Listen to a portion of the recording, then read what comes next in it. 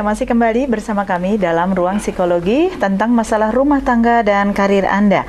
Nah, tentu saja kita masih menghadirkan narasumber kita, Bapak Dr. Andes Adi Nugroho, psikolog kita. Kita lanjutkan untuk pertanyaan yang masuk, Bapak Adi.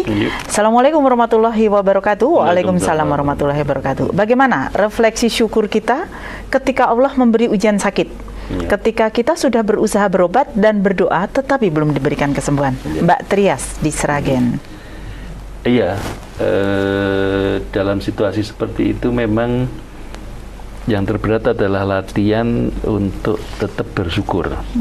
Jadi, padahal kita selalu ingat doanya, mudah-mudahan sakit kita ini sebagai pengurang dosa-dosa kita, dan itu janji Allah. Mudah-mudahan dengan ujian ini, sakit saya ini bisa menjadi pengurang dosa-dosa saya. Wah, mengurangi dosa itu kan sudah suatu kenikmatan gitu ya. Nah, itu yang pertama. Kalau kita harus bersyukur ya, bahwa diparingi sakit ini berarti dosa saya bisa berkurang dengan sakit saya ya. Kemudian yang kedua, kalau ibaratnya kita itu sedang diuji, maka nanti kan ada batasan kita lulus apa enggak. Jadi tawang namanya diuji. Nah, hanya kadang-kadang lulus tidaknya kita tidak pernah merasa bahwa kita itu sudah lulus dari ujian Allah. Ya. Hidup lebih bahagia, itu kadang kita tidak merasa bahagia, padahal dibanding orang lain kita itu sudah diberi kebahagiaan yang bersyukur ya. Gitu. Seperti doanya pengemis, anak kecil yang mengemis gitu, cuman tidak dikasih duit sementara dia masih bisa bersyukur, masih punya 2 kaki. Ya. Nah, begitu juga penjenengan, masih banyak di sekitar penjenengan yang masih bisa disyukuri untuk menambah semangat selain tetap usaha maksimal untuk menyembuhkan penyakitnya. Ya memang belum diparingi sembuh, meskipun Allah sudah dawuh bahwa seluruh penyakit itu ada obatnya, ya, kecuali penyakit tua, ya. Penyakit tua ya sudah, namanya penyakit tua itu semua mengalami sunatullah. Nah, ini yang kita harus mencoba untuk mengimplikasikan rasa syukur kita itu dengan hal-hal yang kecil, bahwa satu, saya sudah begini masih suami saya setia mengantar saya ke dokter, anak-anak saya masih begitu soleh mendoakan saya, kemudian menungguin saya dengan sabar. Ini kenapa apa tidak disyukuri? Ya. Dibanding dengan suaminya sudah nabrak-nabrak, sudah kesana kemari dengan perempuan lain misalnya ya, sementara sendirian tergolek sendiri di rumah lah, ya. Coba lihat sekeliling penjenengan, di situ akan banyak kenikmatan Allah yang lain yang sangat berhak untuk mendapat syukur penjenengan, ya. Itu memang berhak untuk disyukuri gitu loh, ya. Nah, ini dengan melihat, kemudian ini dilatihkan, ya, dilatihkan. Sehingga pada saat kita berdoa, selalu ingat bahwa kita berdoa itu syukur dulu, jangan minta dulu. Minta kesembuhan lah nanti, tapi tetap bersyukur bahwa ya Allah, saya bersyukur betul. Ini contohnya saja. Saya masih Allah sayang sehingga diberi ujian seperti ini, ya. Diberi ujian ini, apakah saya termasuk orang yang bersyukur atau orang yang kufur? Sementara dengan ujian ini mudah-mudahan saya selalu sabar, selalu ikhlas lah, ya toh. Baru kemudian ya Allah, tetap saya berusaha, mudah-mudahan diberikan kesembuhan. Ya. Nah, ini kan baru mohon. Ya. Kalau belum diparingi sembuhnya, masih banyak syukur yang harus kita kemukakan pada Allah, gitu loh ya. Dan Allah sangat menyukai orang yang bersyukur gitu ya. Seperti kita saja, sedikai wong ora tau terima kasih malah isih njaluk terus ya, ora tau rasa terima kasih. Gimana rasanya? Kesel gitu ya. Wong orang di ekspresi terima kasih aja kok nggak ada gitu ya, kesel gitu ya. Wong dikasih minta terus dengan ucapan terima kasih aja kita ya kesel, ngopo njaluk terus itu ya. Apa neh ra terima. Nyebelin.com. Nah, ini tidak pernah nyuwun tetapi selalu berterima kasih gitu ya. Selalu bersyukur. Ya. Kadang-kadang kan kita heran. Makasih ya Pak Adi loh. Kenapa toh? Aduh tadi pas udah dibawain martabak gitu ya. Atau kita kadang-kadang tidak merasa ngasih apa-apa. Tadi pas anak saya lewat penjenengan enggak ya ngelurui buat dia seneng lah gitu aja kan, kita kadang-kadang dengan senyum kita gitu ya. Nah, ini kita masih banyak ibu yang bisa disyukuri. Mengimplikasinya latihan melihat, mengevaluasi, searching apa yang ada di keliling kita ini. Ini semua berhak untuk Anda syukuri. Baik. Insya Allah ditambah nikmatnya nanti ya ketika Iya, ditambah berikut, nikmatnya insya Allah. Injih, baik. Sudah ada yang bergabung Pak Didi di line telepon, kita terima. Assalamualaikum warahmatullahi wabarakatuh, Ruang Psikologi. Waalaikumsalam warahmatullahi wabarakatuh, Mbak Solia. Injih, dengan Ibu siapa? Di mana Ibu? Dari Ngerandu. Oh, Ibu Khairuddin. Injih, silahkan Ibu dengan Bapak Adi Nugroho. Iya, mau nyuwun kersa pada Bapak Adi Nugroho ya. Injih, monggo ya. yang selalu membuat enak hati itu. Alhamdulillah, derek reman ya. Injih. Assalamualaikum warahmatullahi wabarakatuh. Waalaikumsalam injih. Tadi nyuwun kersa Pak mengenai di sakit tadi mengurangi desak-desak gitu ya Pak. Iya betul ya. Iya. Dalam menikah kan Pak, jari telunjuk itu sakit selalu. Iya. Sakit kadang-kadang Iya. ya mengeluh gitu, tapi Iya. yang bersyukur cuma jarinya. jari telunjuk. Coba irungi gitu ya. Iya. Itu. Dan kalau buat hitung-hitung wiridan itu Pak, Iya, itu iya. sampai gimana kapan Allah itu memberi kesembuhan gitu, pulih seperti dulu-dulu gitu ya Pak. Itu saya tuh kan berdua Pak, anak-anak udah mentas, tinggal dengan Bapak ya. Belum tuntas. Iya. Ya itu gimana Pak kok sakit gini sampai malu itu kalau berdua itu bincang-bincang.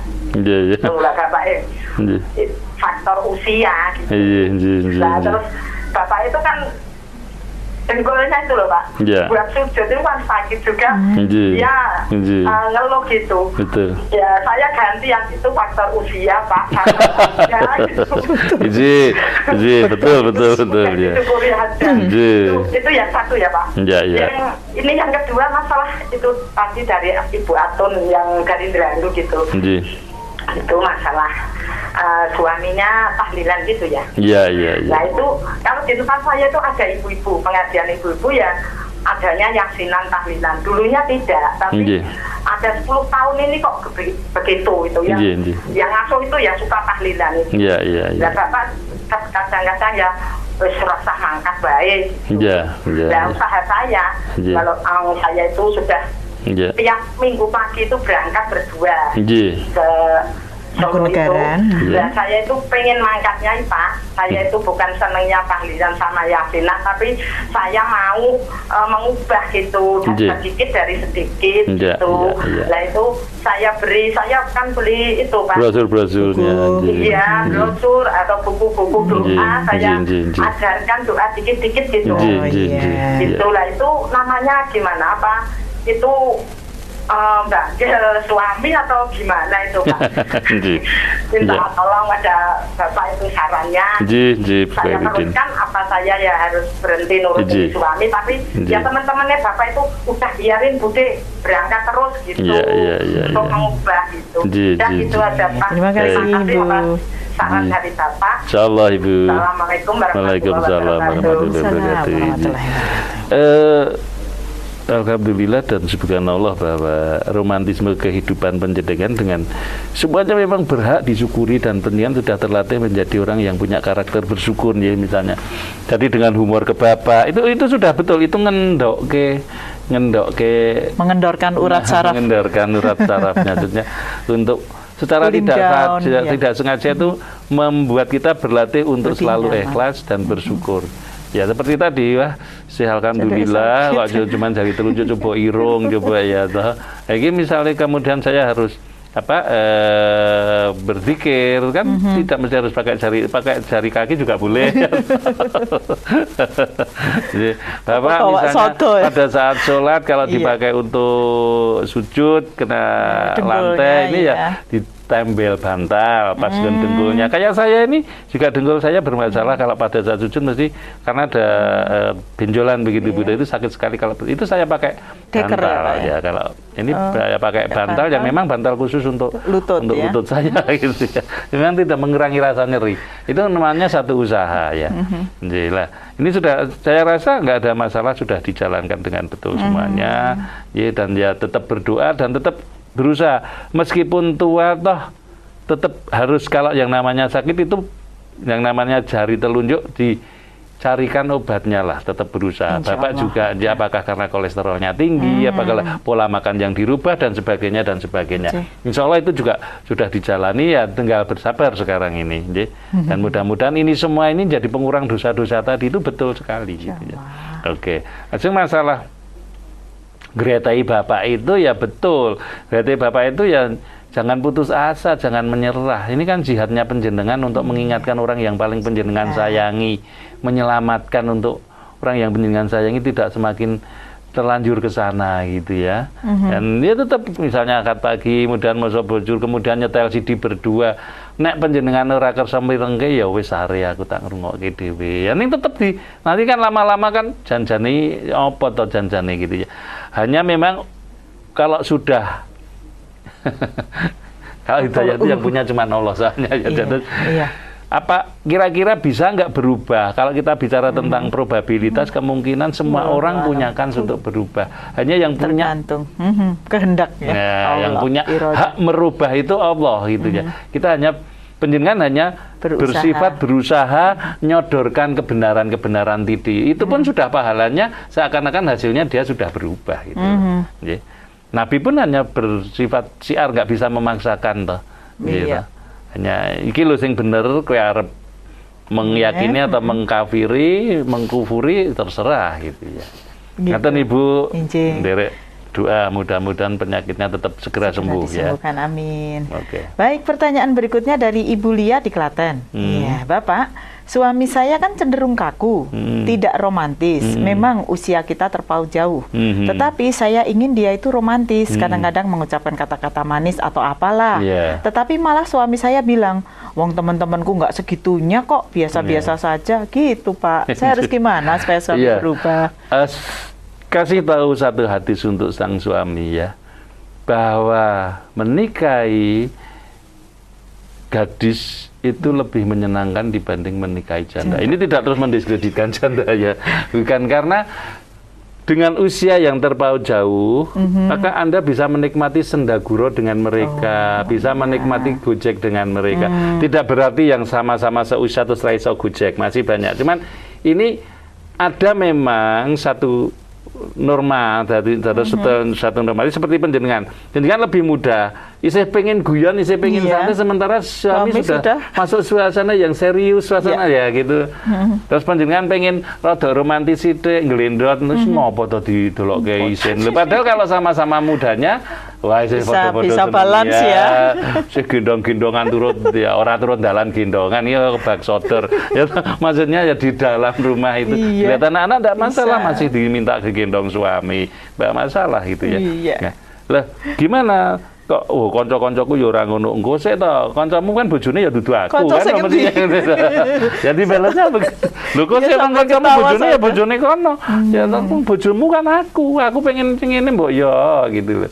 Rada sithik romantis. Betul ya, dikomunikasikan ya. Dikomunikasikan ya, komunikasikan.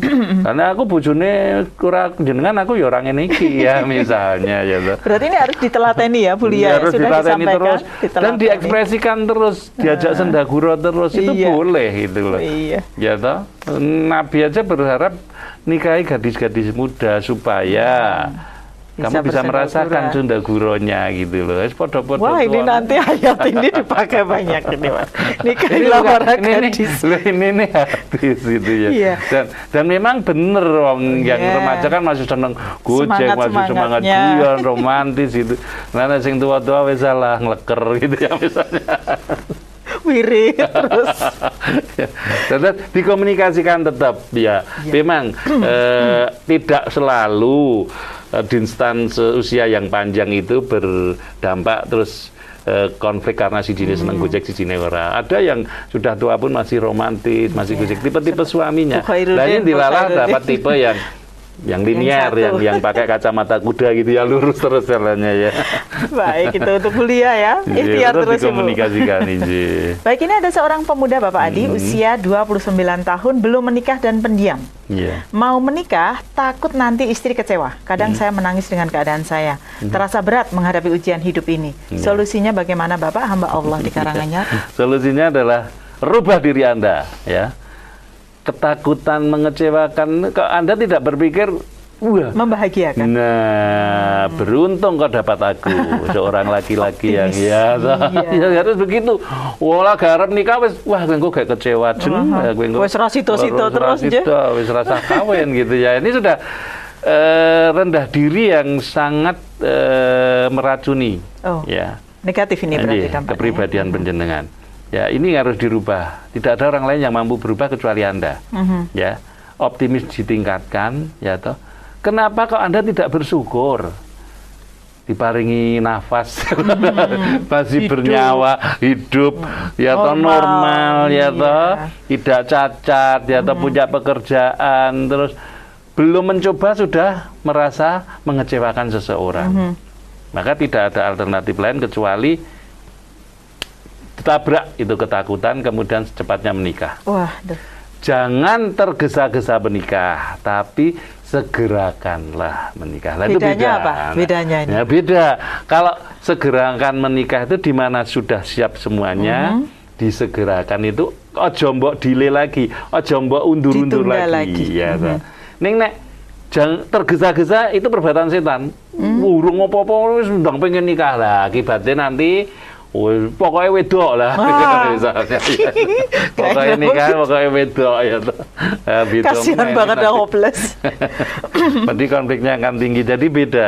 Kita tergesa-gesa dengan disegerakan ya. Kalau hadisnya itu segerakanlah menikah kalau memang sudah siap. Kalau tidak puasalah itu kan segerakanlah menikah. Ya. Baik, kalau terus tadi sebenarnya juga gitu, Mas tadi harus betul-betul tembok ketakutan itu ditabrak, ternyata ternyata nikah itu enak. Kenapa enggak dari dulu? Ya, ternyata seneng be aku ya toh. Wah, ngerti orang ya, sudah 29 tahun loh ya. Iya, 4 tahun yang lalu harusnya sudah ditabrak ya. itu ya. Baik, kalau tadi ada Mas, ini ada Mbak. Namanya Mbak Tari di Jatisrono, Pak Adi. Bapak, saya seorang gadis. Saya mau dilamar 2 orang. Saya bingung, Bapak, mana yang harus saya pilih jadi suami. Ingat kan tuntunannya mencari jodoh, cari cakep. Nah, dua-duanya tuh dilihat cakep mana. Ya, sama draw. Sama draw. Sugendi boleh. Sugendi boleh. Ya, harus itu. Wong wedok tuh harus delok Sugendi ya. Suge podo draw meneh ya saya podo siji-siji. Keturunan. Turunane siji anak bupati, siji anak patih ya. Dhuwur patih.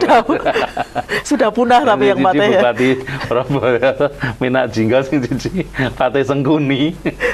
Ya beda lagi. Ini juga bisa dilihat. Nanti boleh ya. Lah, yang terakhir tapi tidak boleh ditinggal itu soleh mana. Nah, Anda tarik ke belakang berarti solehnya dulu, soleh mana ini ya. Podo-podo soleh, podo-podo bagus, podo iki istikharah. Lah, berarti kalau 4-4-nya draw, kembalikan kepada Allah. Gitu, istikharah. Kembalikan pada Allah. Mohon petunjuk, bersyukur bahwa saya sampai dipinang orang berebutan. Ya, yang lain sampai nunggu-nunggu, dengan anak saya ngantri. Kok telu, kok papat, saya bingung ya. Lagi loro dan cepat diatasi daripada nanti muncul lagi telu, saya bingung ya. Loro dan diatasi lah. Itu bersyukur dulu bahwa masih saya harus dipinang 2 orang yang punya kualitas sama, sehingga saya bingung gitu ya. Biasanya nek kualitasnya beda kan terus kemudian solehe podo ngaji kabeh ngene. Oh sugih iki ya wajar nek aku milih sing luwih sugih. Enggak dosa loh itu. Enggak dosa sampe belum dijaseng soro gitu ya. Melu bapak ibuku pena bang nikah hari kini cinta doang begitu ya Pak ya. Lapar. Ini guyon saja maksud saya. Enggak salah seperti itu kan lebih mudah. Kita lebih mudah. Itu enggak sempat istikharah sudah. Tapi kalau semuanya kondisinya betul-betul membuat bingung, kembalikan pada Allah, mohon petunjuknya dengan istikharah. Ya. Dan itu tidak kok terus kemudian muncul mimpi wah terus sing ketok-ketokan rupane si Bambang terus ya terus si Wijanarko ora ketok misalnya begitu, bukan. Timbul kemantepan secara tidak langsung dan hal-hal itu sudah diatur Allah sendirinya kemudian. Ya kan kalau wong tua luwih seneng karo iki, menjenengan juga luwih mantep. Dibicarakan ya. Baik. Mbak Yuni di Sragen selanjutnya, Bapak Adi, barangkali ini semester terakhir. Usia saya 36 tahun, sudah menikah 1 tahun. Sebelum menikah saya sangat tegar, tetapi setelah menikah saya cepat sekali menangis. Saya biasa mandiri dan membuat keputusan cepat, tetapi suami agak lambat membuat keputusan. Bagaimana mengatasi kecengengan saya dan menghadapi suami yang lambat itu? Saya butuh data menangisnya karena apa gitu ya. kenapa bisa jadi cengeng? Biasanya tipe-tipe orang yang tegar, ya, begitu menghadapi pernikahan itu sifat ketegarannya tidak berkurang. Tidak luntur ya. Bahkan bertambah. Apalagi mendapatkan suami yang plekmatis. Maksud saya itu sangat permisif. Terserah bu, gue yang ngatur. Terserah bu, gue yang nyelesaikan. Kooperatif ya. Ini dominansinya akan semakin terpupuk. Jadi semakin dia tidak lagi, malah kadang-kadang feminitasnya yang berkurang. Anak-anak wanita itu biasanya empatinya kuat, tapi ini empatinya jadi terkikis secara tidak langsung, sehingga orang lain merasa bahwa terlalu mandiri terus nanti perasaan gitu ya. Bukan kalau orang mandiri mesti tidak punya perasaan, bukan begitu. Tapi itu adalah satu paket satu paket begitu saja biasanya. Karena lebih tegar, lebih tegas, lebih cepat dalam ngambil keputusan gitu. Seperti nggak punya hati nurani. Ya, orang-orang yang sangat pragmatis itu biasanya mbak terosonya kan nomor akhir. Nah, nomor akhir gitu ya, gitu ya. Asal tidak mengecewakan dah, tapi belum tentu menyenangkan gitu ya. Mungkin kecewa apa-apa. Konsekuensi lah. Yang penting cepat mikirnya. Jadi rasa kecewa gitu ya. Sampai cuman batas minimal itu saja. Orang ragelo gitu. Ning ora kok tambah seneng gitu ya. Padahal targetnya kan orangnya harus lebih tambah seneng gitu ya. Nah, ini yang saya agak kemungkinan karena Anda capek ngemong suami. Nah, capek jengkel ngomong suami sing lelet gitu ya. Baru setahun ya, itu pertama. Yang kedua, sedikit gelo. Iya. Terhadap harapan penjenengan orang yang mandiri, harapannya adalah tetap sebagai seorang wanita itu butuh perlindungan, butuh dimanja. Kalau ternyata suami saya tela-telo misalnya ya. Ini mungkin menikahnya juga baru usia 36 kan Pak? Berarti ya, menikah 35 ya? Berarti ya. Sudah lama tidak menikah, akhirnya menikah mendapat seperti ini. Maksudnya kalau sudah lama tidak menikah belum pernah menikah. Startnya agak akhir, sudah mengambil keputusan, dapatnya begini tadi. Ini agak gelo tadi. Nah, agak gelo. Ini apakah ini karena tergesa-gesa? Apakah? Tapi tidak perlu ditukarkan. Kemudian yang ketiga, coba dikomunikasikan, ya. Mas ngerti rata aku nangis gitu ya. Lah ngopo? Ya kan suaminya kan gitu. Ngapa ndak nangis? Aku salah apa meneh, Dik, itu ya. Super woman. Rasane pengen ya to. Ora ngerti. Salah ya mergo kowe takon kuwi mau ya to. Jadi dikomunikasikan lagi Mbak, dikomunikasikan ya untuk apa yang menjadi harapan penjenengan dimengertikan pada suami. Kan baru setahun, mungkin masih dalam taraf penyesuaian. Iya. Nah, Mbak Lia aja 25 tahun sudah menikah, belum sesuai-sesuai ya. Tapi tetap subur, Pak. Oh iya, mantap. Makan tempat itu. Ya tadi penyesuaian masih terus berlangsung. Ya, terus dikomunikasikan apa yang penjenengan inginkan diekspresikan ya. Terus apa yang membuat nangis coba dievaluasi penyebabnya apa, itu juga dibilangkan ke suami ya toh. Karena kadang biasanya suami ya serana kok kayak nangis karepmu gitu ya. Ini janjane iki seneng ora gitu ya. Ini sayang sekali nih yang Mbak Yuni adalah pertanyaan terakhir berarti Bapak Adi dari episode kali ini tentang indahnya bersyukur. Mudah-mudahan minggu depan kita dapatkan pertanyaan-pertanyaan lain lagi ya. Materi baru Pak Adi ya. Insyaallah. Baik, ini untuk SMS yang belum sempat kami bahas, mohon maaf karena memang episode hari ini adalah episode terakhir tentang nikmat syukur, indahnya bersyukur. Terima kasih Bapak Adi atas kehadiran dan waktunya. Semoga ilmu bermanfaat dan saudaraku pemirsa MTTV, pendengar Persada FM dan MTFM. Demikian tadi Ruang Psikologi untuk edisi 20 Juli 2011. Saya Aulia Idris bersegeraku yang bertugas mohon diri. Terima kasih untuk kebersamaannya. Assalamualaikum warahmatullahi wabarakatuh.